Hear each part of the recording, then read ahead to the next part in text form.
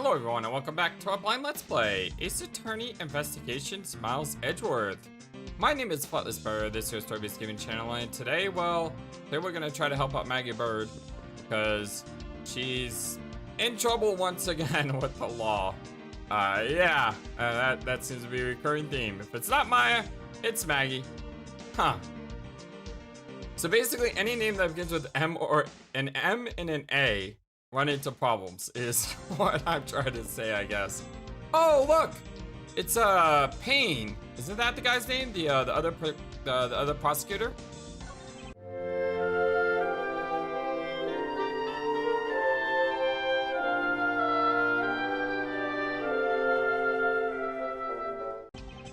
Is everything all right? Yes, sir. If you must know, I weigh myself this morning. I'm probably at 154 pounds. Congratulations, but I was asking about this hallway in this room. Oh, everything's okay, sir. A word of advice. Stay focused or you may start to lose even more weight. Wow. Hey, I hope you all having a wonderful, fantastic day today. I am doing better bit by bit. It's, you know, every day is an improvement, which is great because last time I had this disease, took about a month for me to stop coughing, and today I've coughed, you know, maybe about 10 times, which, you know, hey, it's about 5 o'clock in the afternoon. That's pretty good, I think. Oh, and then I recognize it's this guy. It's just this prosecutor. And looks like you're quite the pitch, Mr. Edgeworth. To be sure, a murder within the walls of the prosecutor's office is no trifling matter. We must find, apprehend, and punish the killer accordingly post-haste. Sounds like a messy case you got on your hands. If you feel lost or need some advice, my door is always open. How generous. I will keep your offer in mind. Who is this guy again? Wasn't that the guy's name? Payne? P-A-Y-N-E? He's always like the prosecutor in the first trial. What is a basketball hoop doing here? Hey, did this just used to be outside next to the building a long time ago? So, when and why was it moved indoors? I don't remember exactly, but I saw one of the officers drag it up here recently. Drag it? I heard that wouldn't fit in the elevator, so the poor guy had to bring it himself. All the way up to the 12th floor? That's weird. I won't rest until I've inspected every suspicious-looking nook and cranny. 1203. We need to check this, right? Let's check this first. Room 1203. I take this is Mr. Portsman's office. Too bad it's not 1206, because then you would have 206 and Ace Attorney, and 206 at Sound Hill Homecoming, and two games that were playing at the same time had like the same sort of room number. Yeah, you can't mistake it because of that basketball hoop, sir. Oh, that reminds me, Mr. Portsman had actually wanted room 1202 really badly. But since you were already occupied it, Mr. Edgeworth, we put him next door, sir. So, why was Mr. Portsman so particular about getting room 1202? I'm not sure, but I bet it's because something like his birthday is December 2nd? Yep. Well, then it's gotta be it. I can't think of any other reason why. I can think of at least 3. Bah, why am I even wasting my time thinking about this? Or his birthday could be February 12th? You know how those numbers in different countries can mean different things, right? I mean, that's what we saw in, we saw that in Ever 17, actually. By the way, if you haven't seen Ever 17, go check it out. It's absolutely amazing. It was really, really great. I need to play more of the Infinity Saga in the future. The door is locked tight. I bet the old credit card trick wouldn't work here, huh, Miss Edgeworth? This is the office of a high prosecutor, detective. these doors would be pretty ineffective if the average cat burglar could get through them. Aha! So I guess only a great cat burglar could get in. Ah, that must be where our culprit is. I wonder if it's that mask guy. Might I advise you to return that conclusion to whatever pawn shop you bought it from. I wonder if Edgeworth's talking to me, FlightlessBird, or Gumshoe here. A minimalist yet classy door made of top quality wood. And it's kind of majestic too. Fits in really well with the ambience of the prosecutor's offices. Even Mr. Portsman seems dignified, just because he works behind one of these. Nonsense. A man doesn't become more or less dignified because of where he works. Well, he still seems more dignified than Mr. Payne. Mr. Payne. I suppose custodial work can also be dignified.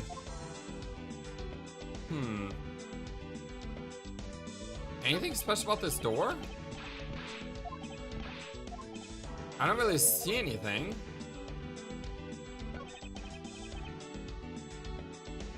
I don't see anything about this door. The door is like, yeah, that's the same. Maybe I have to click right on the lock? No. Okay. Let's go to our logic bubble here. Which things connect? The master key was stolen, connects with the use of master key. Absolutely.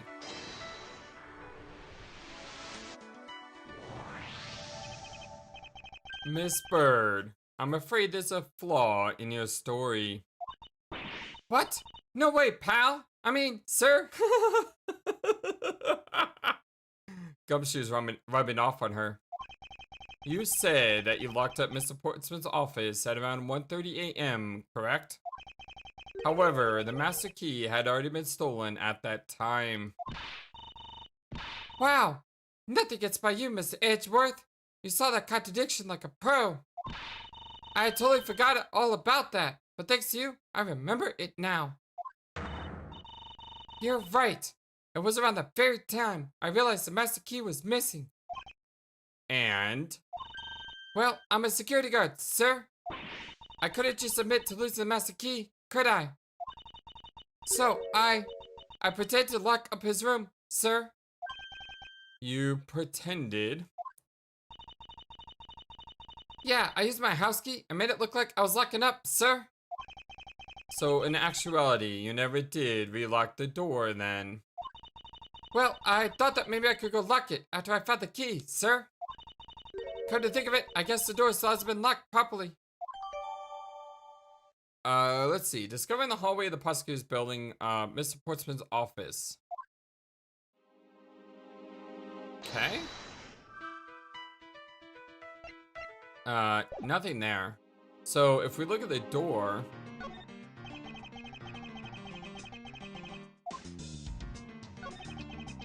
The door is locked tight. But is it?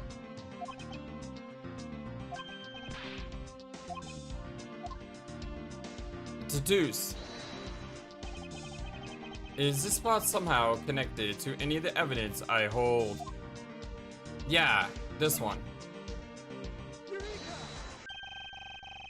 I'm understanding this. This is pretty cool. There's a contradiction here between reality and the evidence. If what Miss Bird has said is true, then why is the door locked tight? Yeah. Huh? You know, you're right, sir. Miss Bird, are you sure you didn't relock this door? I am certain of it, sir. And I don't think Mr. Portsman noticed it myself that I hadn't. Which means, what, sir? It either means that he actually does have the key to his office, or that the door Miss Bird opened wasn't this one at all, but a completely different one. She opened a different door? But, how can you prove that? There's an easy way to find out. All we need to do is...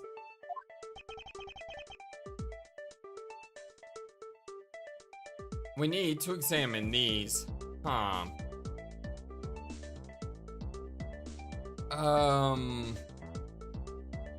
Prints on the doorknob. The prints on the doorknob will tell us everything. Hey, you! Yeah, you, pal! Do us a favor and see what you can lift from this, okay? So, what did you find out? There's no need for such belligerent, nostril-flaring detective. I like how she's holding her hat. Sir, I found only Mr. Portsman's and Mr. Fate's prints on this doorknob. So only 2 people's prints were found on this, huh? Well, that's pretty decisive. Huh? I'm lost, sir. Well, if she opened the door, her prints would be on there too. Thinking logically, a certain other person's prints should be on this knob as well. Now then, whose prints should also be on this doorknob? Hers. Don't you find it odd that the prints of the person who unlocked this door are absent? Ah, you mean? Yes, the door that Miss Bird opened could not have been this one, but a different one. Alright. What have we here? I won't rest until I've inspected every suspicious looking note and cranny. Is this basketball property of Mr. Portsman? Yes, sir. He's always ready for a match. Basketball, soccer, dodgeball, tennis? It doesn't matter what sport it is, he's game. Although I think he'd be a little hard to play tennis with his ball. Oh! That isn't the point you should be focusing on, detective. You're right, sir. Now that I know what I should be focusing on. Bad Mr. Portsman. Someone should teach him to clean up his toys after he's done playing. I think we've reached the end of this conversation. Note. What is this? It looks like a scrap of paper. I'll get it, sir. Let's see. There's something written on it. It looks like a note from the victim. Yeah, and it's for Mr. Portsman. I bought the 3 pieces of evidence by, just like we talked about on the phone. But it looks like you're out. Guess I'll catch up to you later, buddy.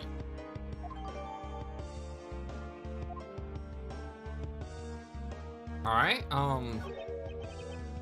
what's this? What are you looking at, sir? Oh, hey, how about a game? That's okay, detective. I just found the position of this hoop to be a little off. Oh, you're right, it is a little off. It's been moved. Hey, you're right, sir. I guess it shifted when someone made a seriously sweet slam dunk. No, someone moved it to the other door. That way in the dark you wouldn't notice. The positioning of the hoop is definitely unnatural. I better take note of this. Okay.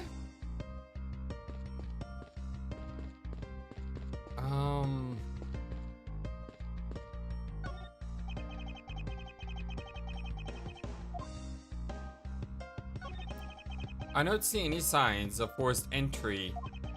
And according to the guard, no signs that the lock was picked either, sir. Meaning that the door really was opened with a key. Did you happen to ask if any prints were lifted from the doorknob?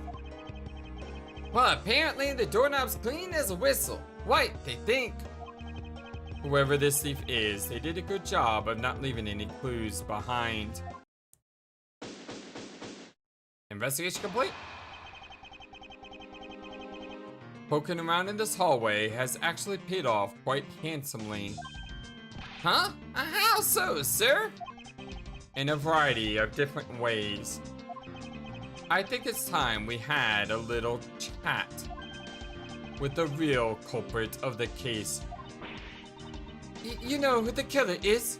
Wow, Mr. Edgeworth. As long as my logic is sound, then yes. The mastermind behind this murder is none other than Mr. Portsman. What? Mr. Portsman? I knew it! Well, that's exactly what my logic system was telling me, too. I suspect it was him for the instant you accused Maggie of being the killer, sir.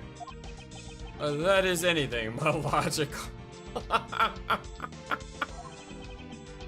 Lady and gentlemen, prepare yourselves. Come what may, it's time to knock on truth's door. March 14th, 5:12 a.m. High Prosecutor's Office, room 1202. Mr. Portsman, I finished processing the bullet letters, sir. Alright, so let me take again to pass it here. Oh, look at that. I like that. Okay, looking good. You there, take good care of this. Wah! That just hit him right in the head and ricocheted off, and that was a good catch. Well, if it isn't Detective Gumshoe. That's the end of the line for you, Portsman. We got you now. Cut off your dog, Mr. Edgeworth. Is this some kind of joke? It's no joke. We know, Mr. Jacques Portsman, that you are the guilty party in this case. Oh, the exclamated dots! You must be pretty upset. Getting chased out of your own room, I'd be mad too. So, I guess you can stay, if you promise to stay out of our way. You intend to hide your crime under the guise of a prosecutor doing his job? I can see right through the unsightly paper-thin mask you wear upon your cowl. Haha! Who'd have ever thought it would come to this? Actually, come to think of it, your mentor was modified for karma, right? The legendary prosecutor who never lost a single case for 40 long years. But there was always this, the incessant chatter about forged evidence with that guy. Oh, the dots. Really teaches me that I got to stay on the lookout for false accusations, you know? Are you done trying to play mind games with me, because they won't work? The only thing you should be using that mouth of yours for now is explaining yourself. Although that too will only dig your hole deeper. Either way, your game is up. Well, aren't we full of ourselves? Even though you have yet to prove nothing. Mr. Portsman's rebuttal. Alright, let us do this.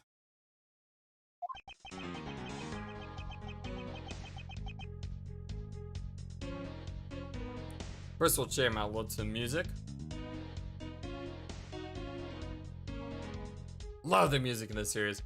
I have no idea what sort of harebrained idea you have in mind, but there's a mountain of evidence that points away from me being the culprit. Besides, how, may I ask, do you propose to unlock the door and got in here? Look, I feel bad doing this to you, but I got work to do, so we're done here. Sorry, but we are not finished yet. Boy, you are stubborn. I suppose you're basing your accusations on something? I'll show you what I'm basing my accusation on with evidence.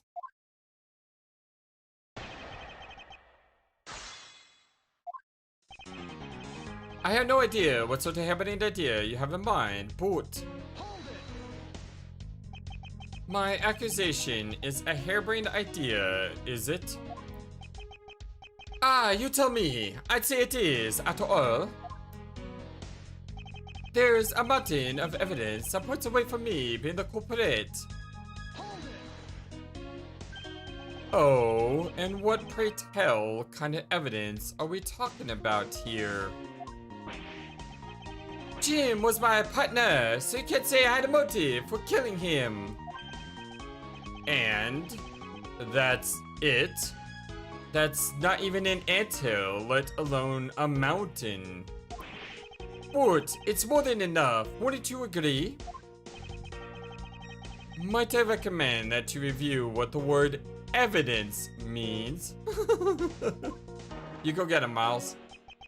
It doesn't change the fact that the evidence doesn't point to me as the killer.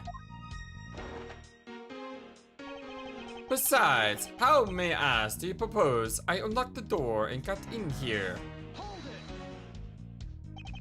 Unfortunately, I believe I've already shown how earlier. Your speculations mean nothing, as it still insists that I could not get access to your room. What should I do now? Should I raise an objection? Sure, why not? You claim to have had no way to open my door. However, is that really the honest truth? Haha! Alright, I'll humor you. Go ahead, shoot. Very well then. I propose that I use this to open my door.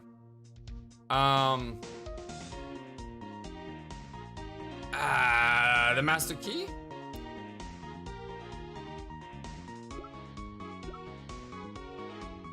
It's the only thing here.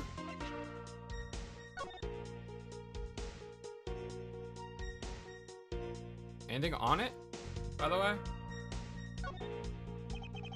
It's the master key to every office in the building. Alright, well, let's take a shot in the dark. Not that one. Ah! Take that! I believe you were able to open my office door with the master key, no less. Objection! Wait. Hold on for a second.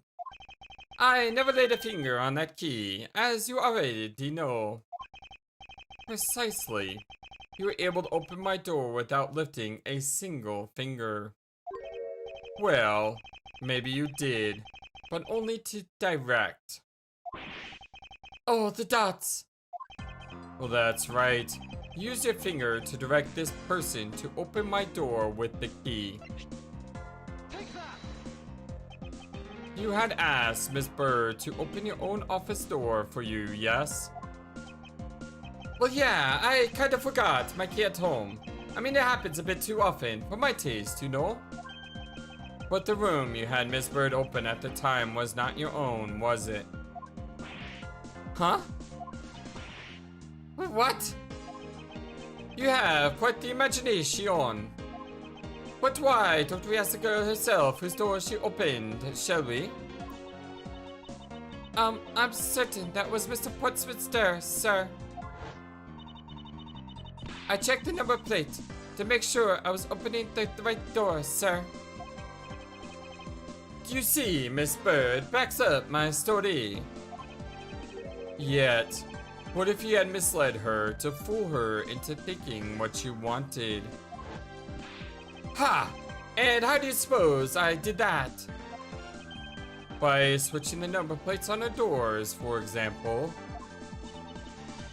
That's right. They do slide out pretty easily. Furthermore, you then use one other thing to give a very strong impression. That the door she was opening was yours and not, in fact, mine.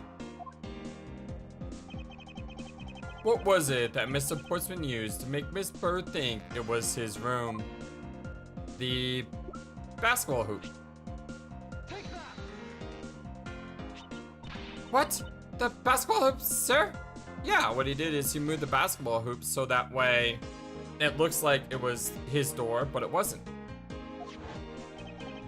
It was quite the peculiar fixture in any hallway, let alone a hallway in this building. Which is why it left an unusually strong impression on you. It's an object perfectly suited to sit just outside the door office of a peculiar prosecutor. Gwa! That's very true, sir, because there was a basketball hoop sitting there. I thought the door was opening. Had to be Mr. Portsman. Exactly. There are signs that the hoop has been moved. To sit in front of my office, to be sure.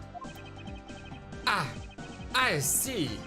So that's how you throw suspicion on people. Thanks for the tip. But I think your conjecture is a little off the racetrack. Conjecture's rebuttal. No, you're just spouting nonsense. I had to go open my office door. After that, I was in my room the entire time. You don't have a single reason to suspect me. So he intends to claim his innocence to the end, does he? I'm as pure and innocent as my jacket. And Miss Bird is as guilty and dirty as the jacket that she wears. My jacket's not dirty. I'll have you know, I just washed it yesterday. I love her jacket. Her jacket is amazing. Please calm down. I intend to show who is the one truly covered in slime here.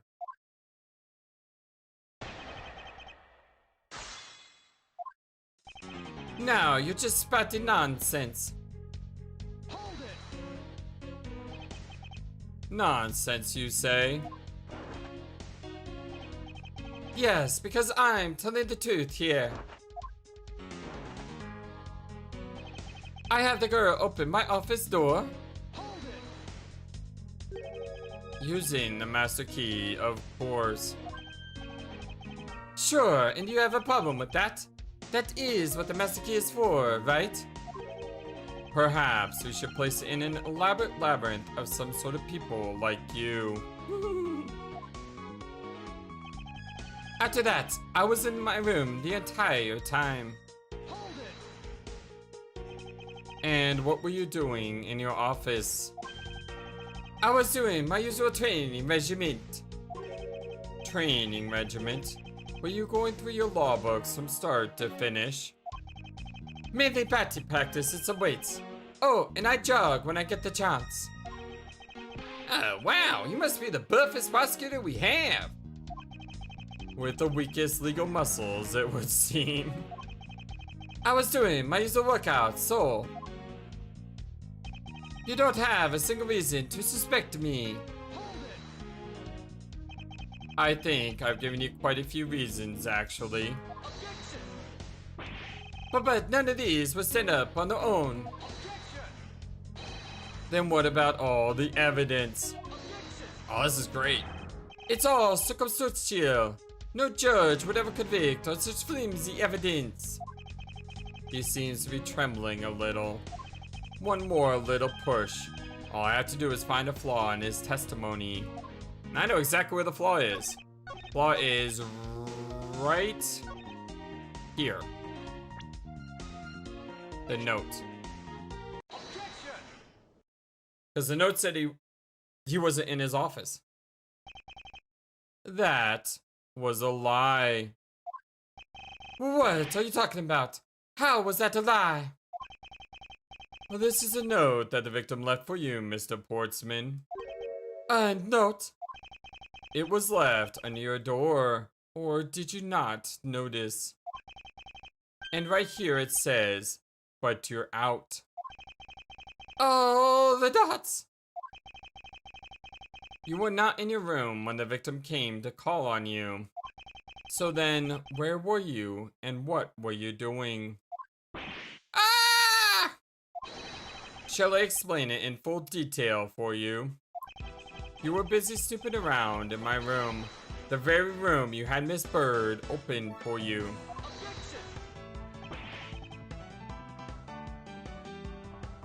I like the tunes. All of that's just nonsense. You have no evidence that I made the girl open your door for me.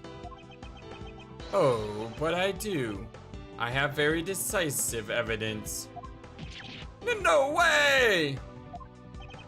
This is proof positive that you have Miss Bird open the door for you.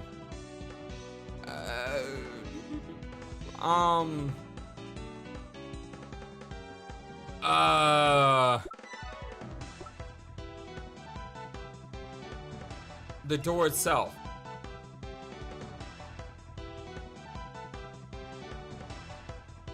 Her prints were not on the doorknob. So that means she didn't open up this door, she opened up the other door.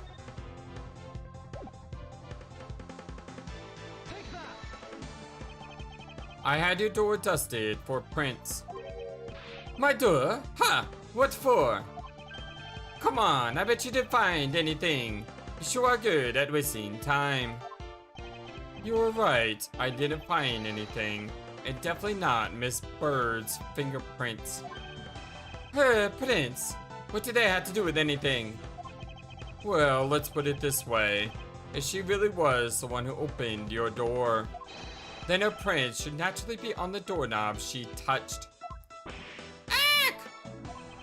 Further, all of the prints on my office door's knobs have been wiped clean off. I can only assume it's because Miss Bird's fingerprints were on it. Don't you think it's time you gave up your charade? Or charade? One of the two. We know you stole into my office with the intent of stealing something from me. And Detective Faith found you out. Possibly because he heard sounds coming from a room whose occupant was on leave. Mr. Portsman, you killed Mr. Fate to silence him. And I had the misfortune to return when I did.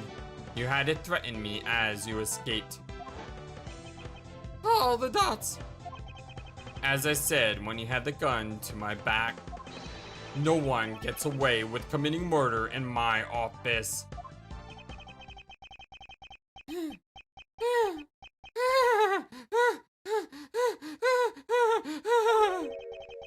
Oh, the exclamative dots.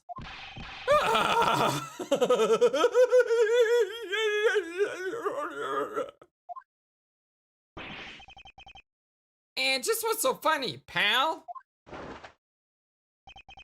Well, that look of seriousness on the face of this officer's fine prosecutor. As he makes a huge mistake, and accusing me is simply too much to bear. There's just nothing else like it in the world. What? Mr. Edgeworth just explained it all, and even backed it up. You're the murderer. Stop trying to be slippery and just admit to the crime already. And as I said earlier, it's all so circumstantial, so full of conjecture. You say you checked my doorknob for prints. Well, I can readily confess that I worked that knob down well. I'm a little obsessive compulsive, you see? I didn't want to touch the doorknob that you had touched. Which is why I went the doorknob down as soon as I could after you opened the door. After that, it makes perfect sense that only Jim's and my own prints would be on there. Ah, you just made that up just now, didn't you? Furthermore, as for the note Jim left for me, do you know exactly when that was? For all we know, he could have left it there before I arrived at the office. Like early evening, for example. Are you saying you failed to notice a note in your doorway? Hey, even geniuses can fail at times. I was probably too preoccupied by work-related matters, although that's no excuse. Now that's just a flat-out lie. There's no way you didn't notice a note that size. Ah, but you can't prove that, can you? Oh, the dots. Say something, Mr. Edgeworth. Back me up here, sir. Ugh. Portsman makes a good point. I can't prove that he didn't simply overlook it. Besides, I have an airtight alibi. Airtight, you say? I only realized that I had one just now as we were talking.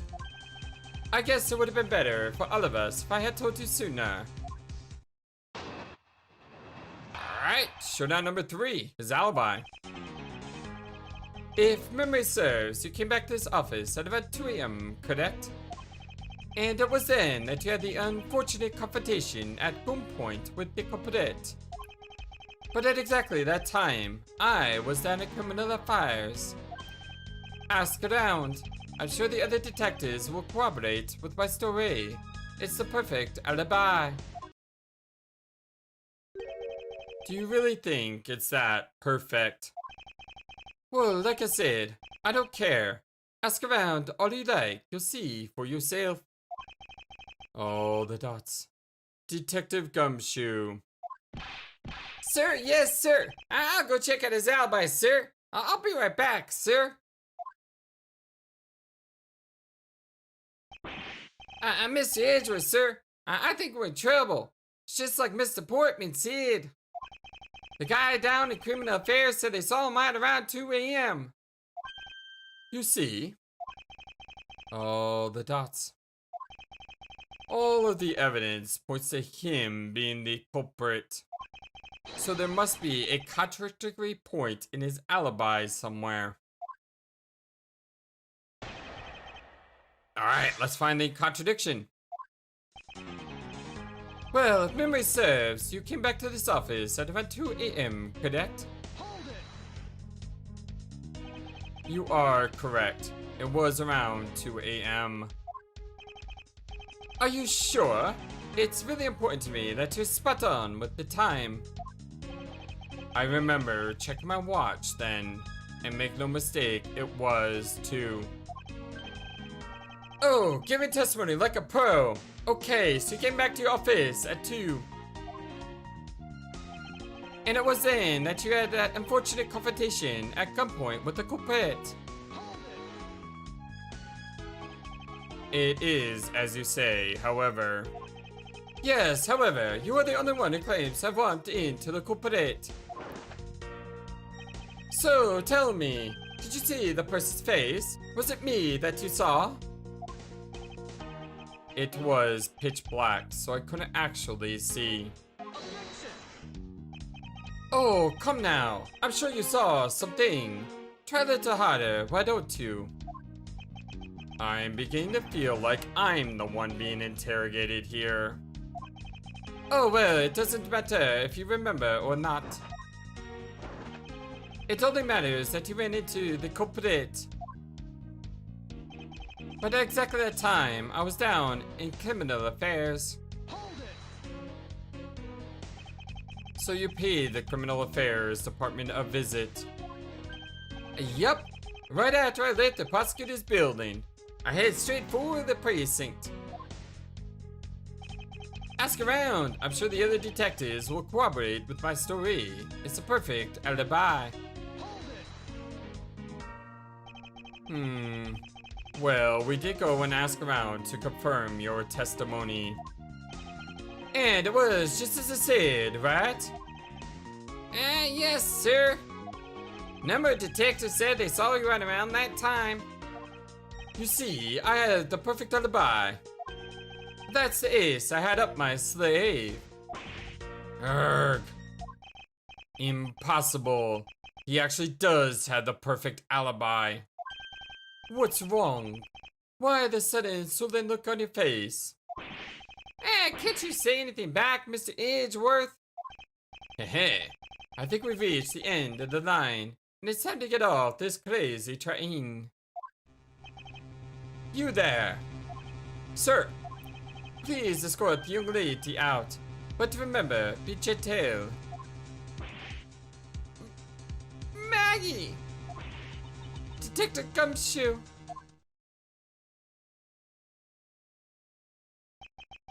Is there nothing I can do?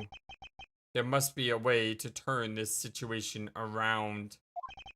If I only had a clue. Did I miss something somewhere that can help me cast doubt on this alibi? The intruder I met could not have been Mr. Portsman, then who could it have been? I need to calmly think this through one more time and with logic. Okay.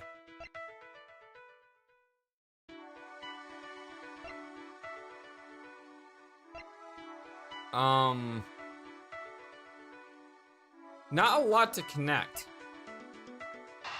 So it has to be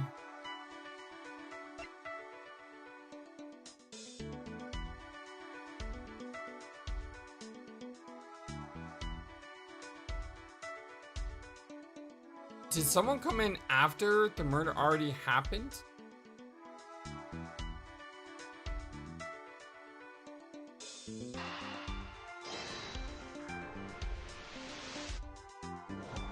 Alright, that got something.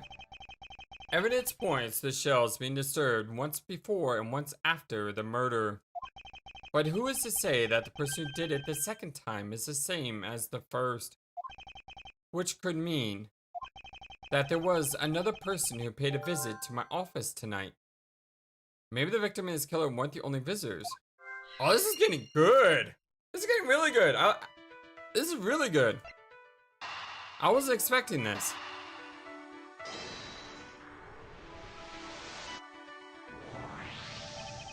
If indeed there were two culprits, then that resolves the contradiction behind our murder weapon.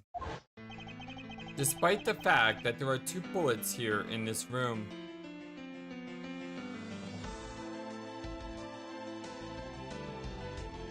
Sorry, once again, I get caught up in the music.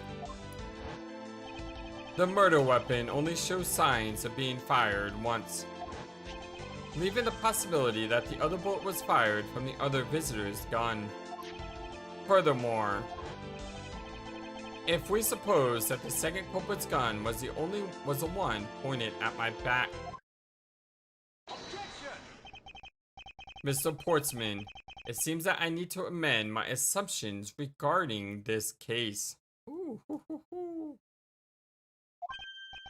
That's great! So you finally come to your senses. Mr. Edgeworth! Sir, what are you saying? This has been a big misunderstanding on my part from the start. I had assumed that the person I ran into was a killer, but that may not be the case. What do you mean? The person I ran into was just your average thief. And a thief? But sir, doesn't that cause some sort of a contradiction in the facts? Not at all.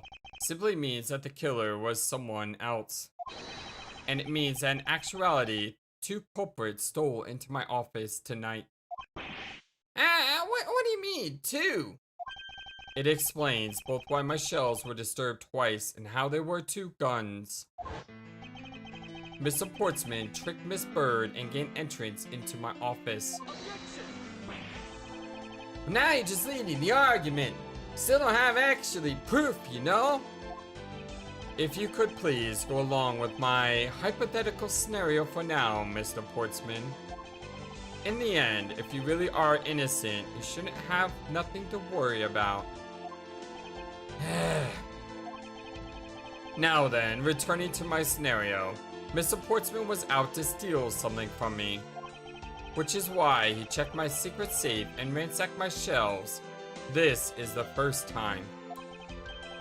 So then, this would be when the files were put back in the wrong order, right? Correct. And then, just when he was about to look somewhere else, who should walk in but his own partner, Mr. Faith? But why did Mr. Faith come into your own room, sir? It's because of the basketball hoop. He probably had business with Mr. Portsman, which is why he was in the area. But that's when he noticed sounds coming from my office would be my guess. Okay, maybe that works too. Oh, because you were supposed to be away, right? And he must have thought it was odd, so he came to the office to check it out. Correct. And as a detective, that was the right thing to do. But when he came in, he found his own partner standing there. Because it was Mr. Portsman, Mr. Faith probably let his guard down. Okay. But Mr. Portsman was not merciful as to let him leave alive. He waited for a chance and stole Mr. Faith's gun from him, and then he killed him. He silenced Mr. Faith for catching him in the act of stealing. All the dots!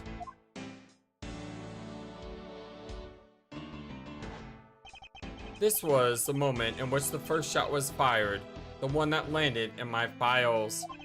Following that, Mr. Portsman wiped the gun down and left it behind as he made his exit. He could afford to do that because he also left a fake dying message behind. You're such a complicated troublemaker, you know that?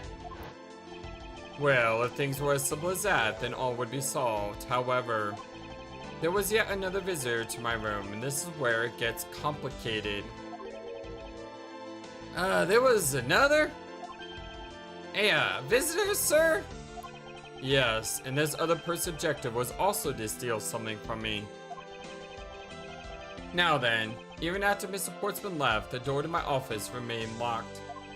However, this new visitor had no way of knowing that, and so they stole the master key from the security guard's room, and then entered my room and searched through my shelves. This was the second time they were disturbed, and it seems the thief found their prize. It's a stolen zero file, right, sir? Correct. Only just as the thief was about to leave with the file, I appeared. The thief then threatened me with their own gun and made their escape. The second bullet was fired during that brief encounter. So the shell's getting messed up twice in the 2 bullets? It was all because 2 different people were doing those 2 different things at 2 different times? Precisely. So now do you see, Mr. Portsman? The person I met was just a thief and was not in fact Mr. Face Killer. Your alibi for the time frame in which I ran into the other person is now irrelevant. Because we know that the murder took place during the first culprit's visit.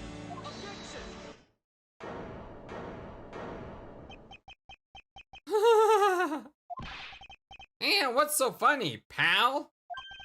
Absolutely splendid. Your scenario explains everything. Well, of course it does. It's Mr. Edgeworth after all. But, you know, it still doesn't change the fact that it's all circumstantial. Huh? Supposing if, and that's a big if, your theory is right. It would indeed render my alibi, which has withstood scrutiny, mind you, irrelevant. But there is still one defining point of your argument for which you have no evidence.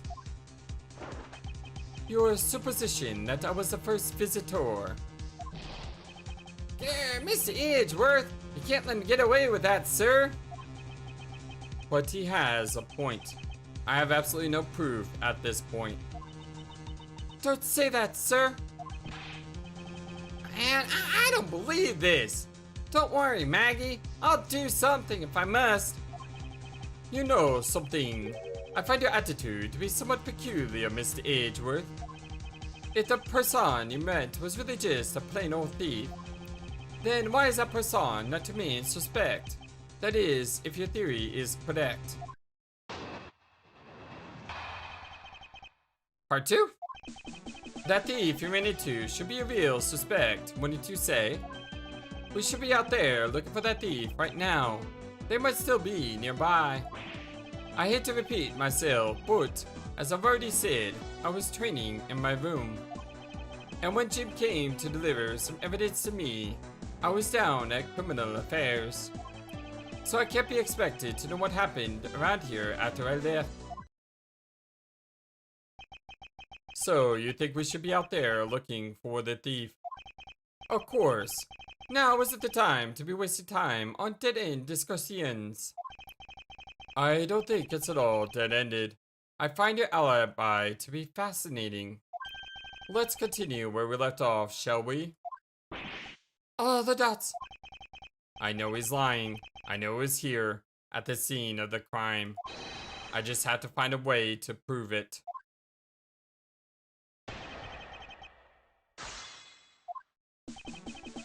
That thief you ran into should be a real suspect, wouldn't you say?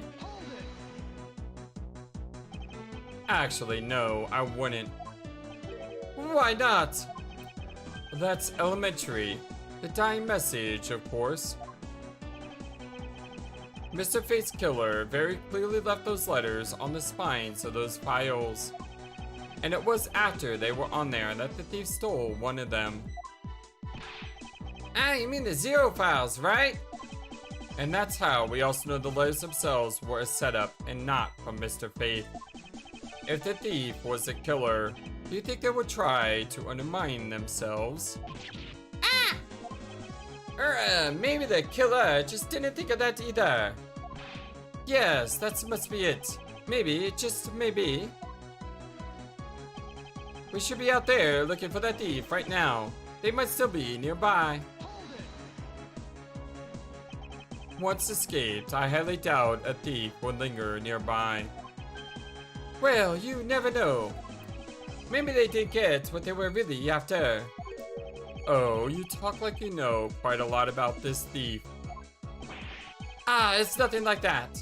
I have no idea about anything after all.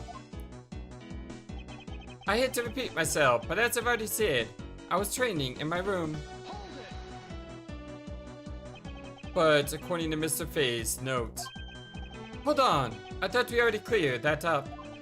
Didn't we say that Jim left that note for me in the early evening? No, that's what you said. If you have proof that he left at a different time, say it just before he was murdered. I don't have any, no. You see! So I insist again that I was in my office the entire time. And when Jim came to deliver some evidence to me, I was down at Criminal Affairs. Why didn't you go there with Mr. Faith?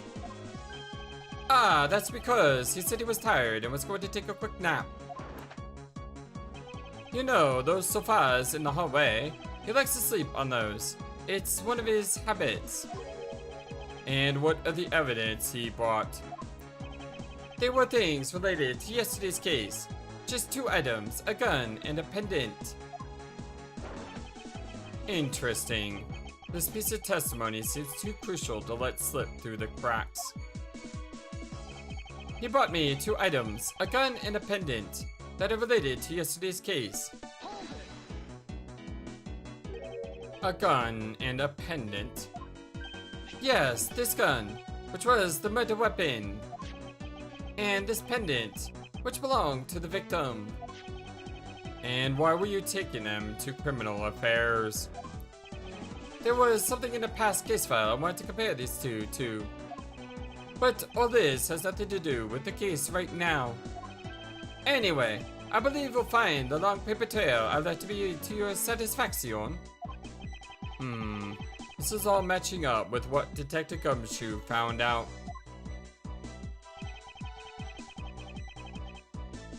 So I can't be expected to know what happened here after I left. I can't expect you to know, can I? Nope.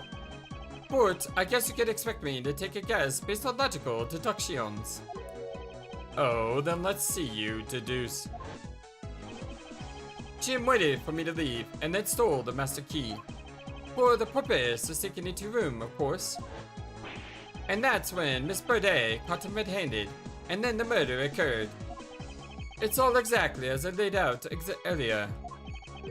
I know he's lying. I know he's here and at the scene of the crime. Alright, just have to find a way to prove it. Alright.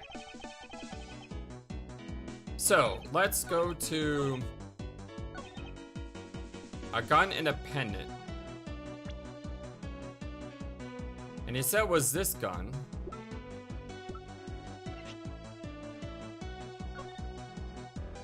Three pieces of evidence. There's 3, he's missing 1. Oh! I'm glad I checked the document. 2 items, yeah, that's wrong. Only 2 pieces. I believe the proper phrase here is, you fail.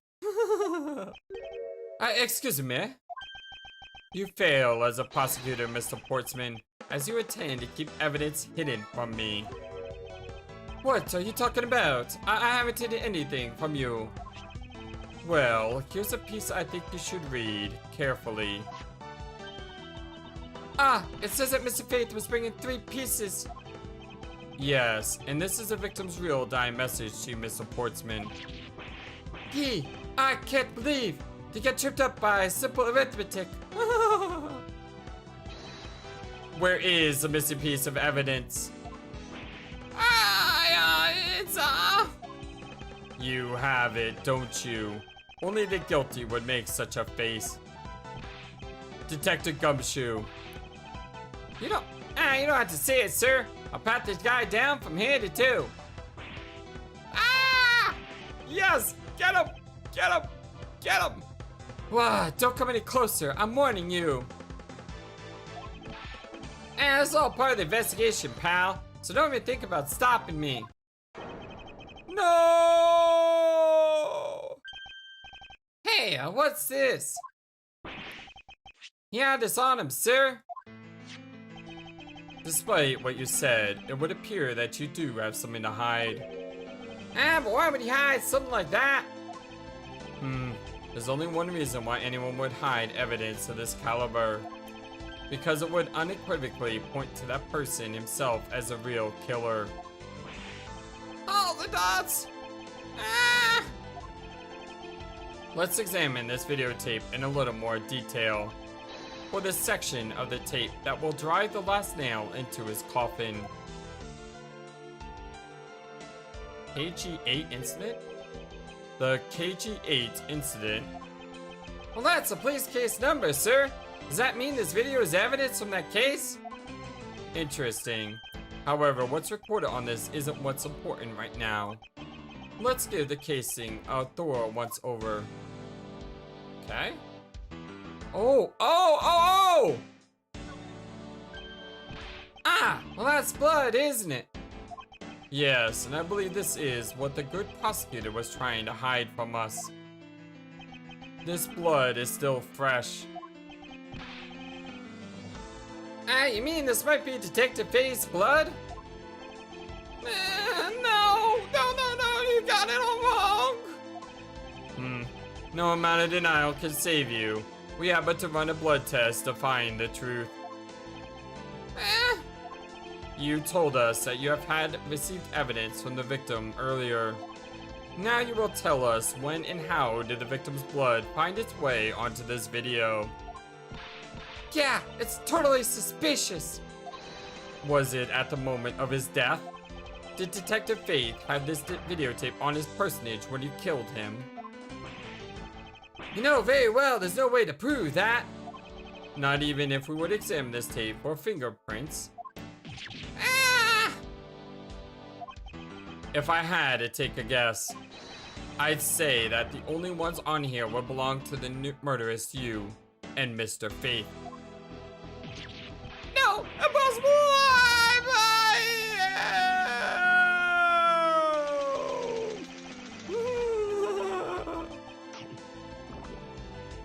Oh my god!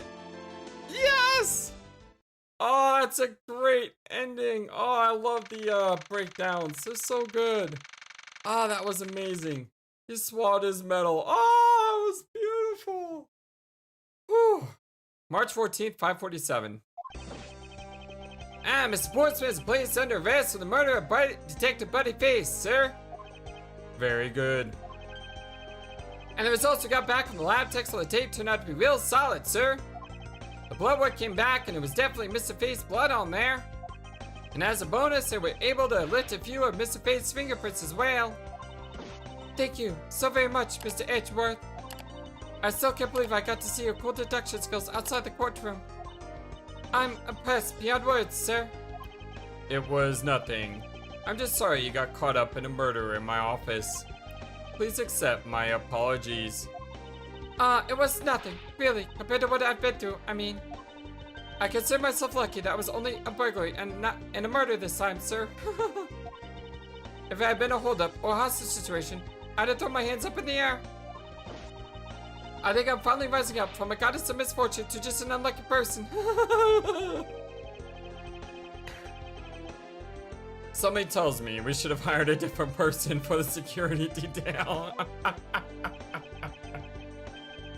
You know something, sir? That Mr. Portsman really was one corrupt prosecutor.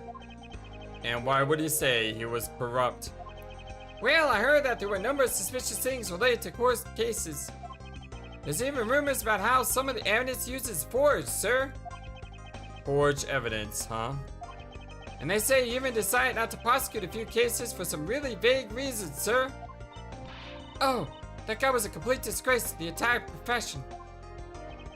We never did get around to asking what his reason was for breaking into my office. Yeah, whenever we got near that topic, he just clammed up. Although, we can be pretty certain that was to steal something. It's just between you and me, sir, but there's a rumor that some sort of huge organization is involved behind the scenes. Oh? Well. With Mr. Portsman not willing to divulge anything, it certainly leads credence to that rumor.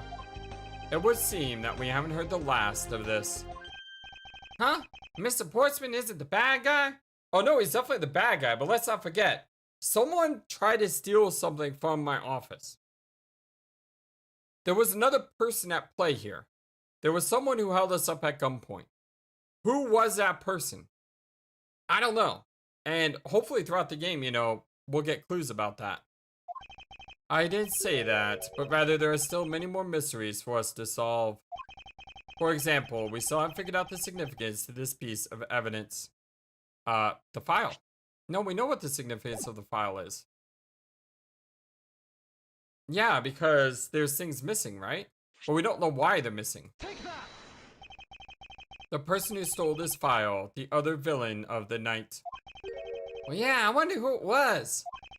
And what happened to the stolen pages? I wonder who in the world was it that held me up at gunpoint? Mr. Edgeworth, sir. Yes. I came across this while I was processing your office earlier, sir. This card. A calling card? What is it, sir? Is it a bird? Is that a bird on there or something? It's not just any bird. It is a mark of the raven, a three-legged raven. Even you should know what this is, detective. Oh, it's about that thing, isn't it? The great thief everyone's talking about?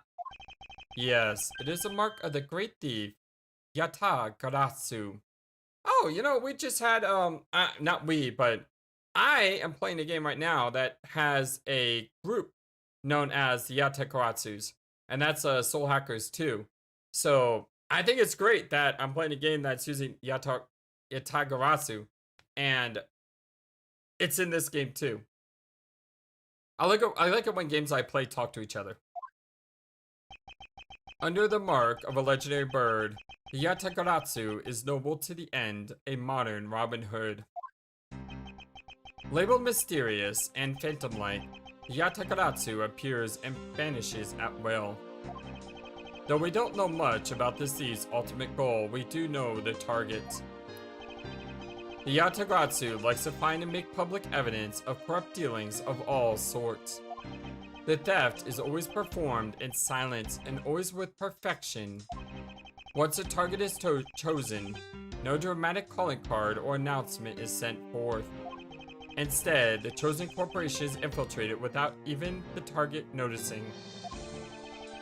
Some days later, the evidence that was found is sent out to the mass media, along with this single card. Although it has been a while since Yatagaratsu's last appearance. Hey, Mr. Edgeworth! Look, something's written on the back! What? Let me see. It's the location of where the thief put the stolen files! So, the person who stole the contents of the file was the Yatagaratsu. Yatagaratsu Organization. Quite a few keywords are popping up in this mystery. The murder in my office. The return of the great thief Yatagaratsu. Looking back, I can't say I didn't see these events coming, for they were heralded by the incidents that began to occur 2 days ago.